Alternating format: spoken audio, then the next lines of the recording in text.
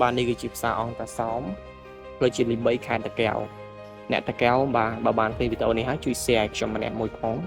បាទទស្សនវិជ្ជានិងសកម្មភាពដែលខ្ញុំបានចូលទៅភាសានេះបាទឃើញការលក់ដូរមានរបៀបរៀបរយខ្លាំងមែនទែនហើយអ្វីដែលគួរឲ្យចាប់អារម្មណ៍នោះគឺបាទទីធ្លានៅទីនោះគឺស្រឡះបាទស្រឡះមិនញ៉ៃញ៉ៃពេកទេហើយពុកម៉ែបងប្អូនបានមើលវីដេអូនេះហើយជួយ subscribe ឲ្យខ្ញុំម្នាក់មួយផងដោយសារតែបាទ channel របស់ខ្ញុំគឺអត់ទាន់មាន subscribe ច្រើនប្រហែលទេតែបកកើតថ្មីនោះទេអញ្ចឹងសូមមេត្តាលើកទឹកចិត្តដល់ខ្ញុំចុច subscribe ម្នាក់មួយហើយតោះយើងទៅទស្សនាសកម្មភាពនេះទាំងអស់គ្នាជាមួយខ្ញុំ See reaction បាទអញ្ចឹងយើងឃើញថាបាទទីនេះគឺពុំពេញទៅដោយទីប្រជុំជនបាទមានម៉ូតូជិះចូលធម្មតាយើងមិនអាចទុកម៉ូតូខាងក្រៅបានទេវានឹងមិនមានសុវត្ថិភាពប៉ុន្តែក៏មានកន្លែងសម្រាប់យើង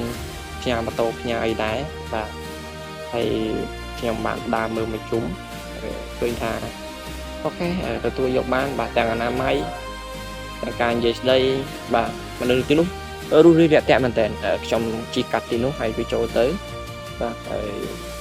ដើម្បីចង់ដឹងថាតើទស្សនវិជ្ជាភាសានឹងវាយ៉ាងម៉េចអីយ៉ាងម៉េចអញ្ចឹងណាបងប្អូនណាដែលធ្លាប់ជិះកាត់តាមផ្លូវជាតិ3 10សាកដល់សំអាចចុះទៅលេងបានដូចជាមិនអីទេបាទដើរមើលសម្ភារៈអីផ្សេងអញ្ចឹងជាដើមអញ្ចឹងទៅបាទហើយវីដេអូនេះក៏មិនមានអីច្រើនដែរគ្រាន់តែបង្ហាញអំពីសកម្មភាព reaction តិចតួចលើបាទសារអង្គតាសោមចំពោះបងប្អូនបាទអ្នកនៅតាកែវshare វីដេអូនេះទាំងអស់គ្នាហើយក៏បានផ្សព្វផ្សាយពីសារអង្គតាសោមដល់យើងទាំងអស់គ្នាផងដែរ